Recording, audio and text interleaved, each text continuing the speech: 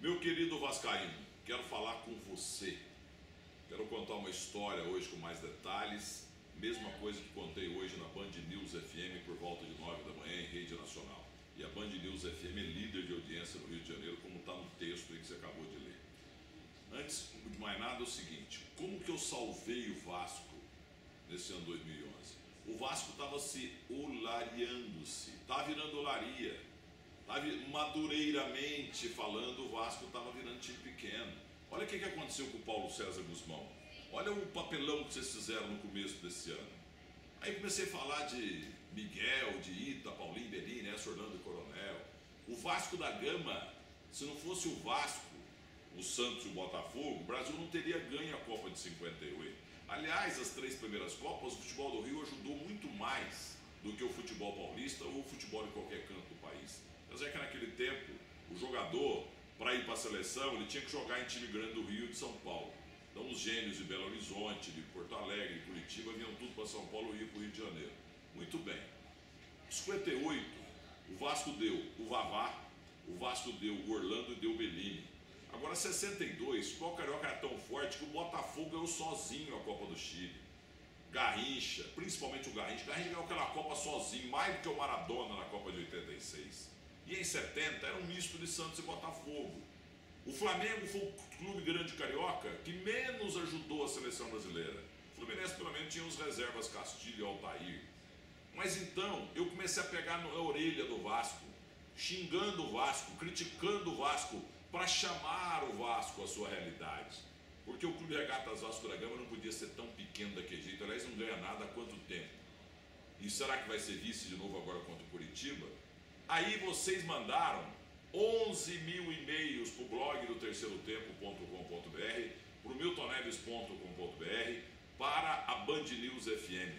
Entenderam? Eu agradeço e também falei isso do Vasco na televisão, no canhão que a Rede Bandeirantes Televisão no Terceiro Tempo. Os brios vascaínos foram recuperados depois que eu declarei guerra, entre aspas, ao Vasco, a ponto que o grande Fábio Fernandes, diretor de Relações Públicas do clube, meu amigo, grande diretor, dono da FNASCA, que tem a conta da escola, uma das grandes bandeiras da Ambev, da minha Brahma, ficou chateado comigo. Mas isso foi um bem para vocês. Vocês saíram desse marasmo e vocês hoje podem ganhar a Copa do Brasil, apesar que o Curitiba tem mais time. Então vejam por este lado, eu salvei o Vasco da Gama, igual salvei o Grêmio uma vez, um ano antes do Grêmio cair. Eu pegava todo dia, todo domingo à noite na Record e falava, o Grêmio não vai cair. E no outro ano que caiu com o Cuca, me ligaram quando a corda estava no pescoço, ela começa de novo, né? Agora não dá mais, vocês já caíram. Tinha uma reunião, teve uma reunião, uma quinta-feira à noite lá no Grêmio. E vocês caíram, e até por ingratidão, porque no ano passado vocês mandaram nem um telegrama para mim agradecendo, mas a torcida do Grêmio agradeceu. Só que depois virou contra mim também, igual vocês do Vasco estão contra mim hoje. Agora uma história maravilhosa, porque meu pai morreu em 1960 e eu tinha 8 anos, e meu pai, a única coisa que eu lembro dele, não sei se eu vou achar aqui na minha bagunça aqui, infelizmente não vai dar para achar, porque eu devia ter me preparado antes. Eu tenho um radinho Mitsubishi ainda que era do meu pai. E ele falava assim, a única coisa que eu lembro bem dele, esse Écio jogava muita bola. Ele era vascaíno, meu pai. Nasceu em Ariata, sepultado em Montebello, foi criado em Varginha e morou em Muzambique, onde conheceu minha mãe. Em 1994, eu fazia o canal 100 na TV Manchete. Saí porque o Alexandre Niemeyer se colocou no meu lugar sem conhecer nada, porque estava com ciúme, porque o Globo, o Jornal do Brasil, encheu minha bola e a Bandeirantes e a Band de Tráfico todo domingo, porque eu conheço a história do futebol. E teve um dia que a gente veio gravar em São Paulo, uma terça-feira, na TV Manchete, que hoje mora no céu, o Super Campeonato 58. É o mais emblemático campeonato regional da história do futebol brasileiro. Ao final do Campeonato Carioca, Vasco, Botafogo e Flamengo terminaram empatados. Aí fizeram um triangular, empatou de novo. Aí fizeram uma terceira disputa, aí ganhou o Vasco. Por isso que o Vasco é super campeão de 58. E o programa tinha para receber e recebeu o Sérgio Cabral, pai. O Sérgio Cabral nunca viu um filho governador parecer tanto com o pai, né? O pai tem aquela cara de lobo triste, de urso triste, uma figura simpática, maravilhosa, histórica na música brasileira e na literatura. Chegou a atrasar 2 horas na TV Manchete, porque teve problema no avião já naquele tempo, em 94. Chegou tudo esbaforido e tal. Roberto Jorge, diretor do programa, estava na sala. Eu, o Roberto Jorge, que já morreu, Edu Zebini e Mário 40, que eram os produtores do programa, e um participante de 58 do Super Campeonato Carioca. Aí o Roberto Jorge apresentou o Edu e o Mário 40, apresentou a mim, conheço você, você tem boa memória, tenho assistido o Canal 100 lá no Rio de Janeiro pela Manchete. Aí o Roberto Jorge, mas quem é esse rapaz? Aí o rapaz falou assim, um senhor já também, falou, ó, joguei no nosso Vasco, o Sérgio Cabral. Sérgio Cabral, você jogou no Vasco? Que ano que você jogou no Vasco? Você jogou no Super? Falei, não, joguei um pouco antes, joguei no Super, joguei em 59, joguei em 60, fui para a Seleção Brasileira, fiquei no Vasco, antes eu tinha jogado no Fluminense, moro hoje em Vinhedo, aliás, hoje eu moro em Campinas. E depois eu fui para Venezuela. Eu participei do Super, quem é você? Olhando bem assim o Sérgio Cabral pai, falou, você é o Miguel, o goleiro? E ele fazia assim, não. Paulinho, não é. Bellini, não é. Orlando, não é. Coronel, não é. Bom, você é branco, os negros, você também não é, né? Nem o Maneca, nem o Valdemar, nem o Laerte, nem o Sabará. Você é o Pinga? Não.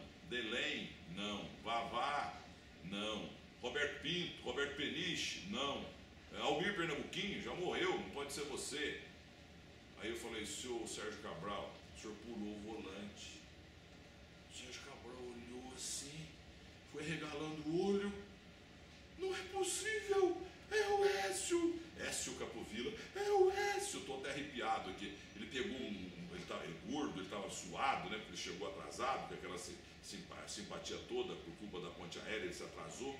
Ele jogou o paletó no chão, uma bolsa no chão, Écio, e abraçou o Écio, gostava demais de você em 58 era igual o Clodoaldo Formiguinha, grande marcador, grande volante de 70 no México, onde está você, Écio, quanto tempo que eu não te vejo, a vista Cruzeiro, fazia enquete, qual era o jogador mais bonito do Brasil, e os finalistas foram você e o Gilmar Bellini, ganhou o Bellini, você em segundo, o terceiro Gilmar dos Santos Neves, e choraram os dois, rapaz, foi uma coisa emocionante, dentro de uma televisão, e a gente não tem imagem disso, mas eu tenho isso no coração e ainda na retina, entendeu?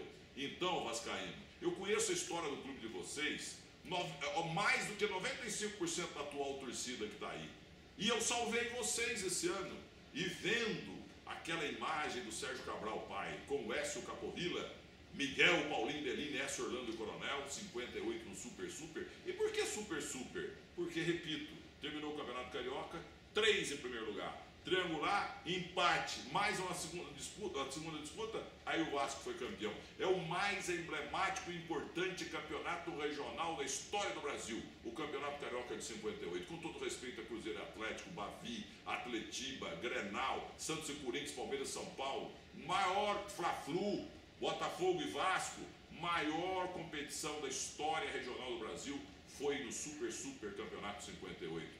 E vascaíno, para de me xingar, pô, salvei vocês.